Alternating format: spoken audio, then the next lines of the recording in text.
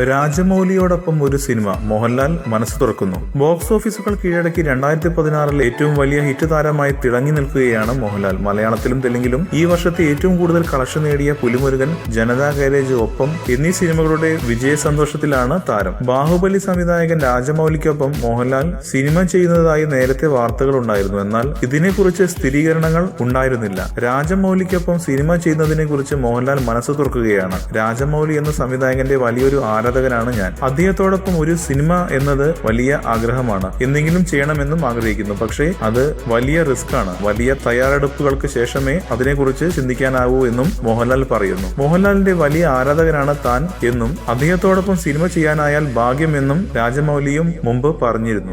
കൂടുതൽ സിനിമാ വാർത്തകൾക്കും വിശേഷങ്ങൾക്കും ഇപ്പോൾ തന്നെ സബ്സ്ക്രൈബ് ചെയ്യൂ മലയാളം ക്രിയേഷൻസ്.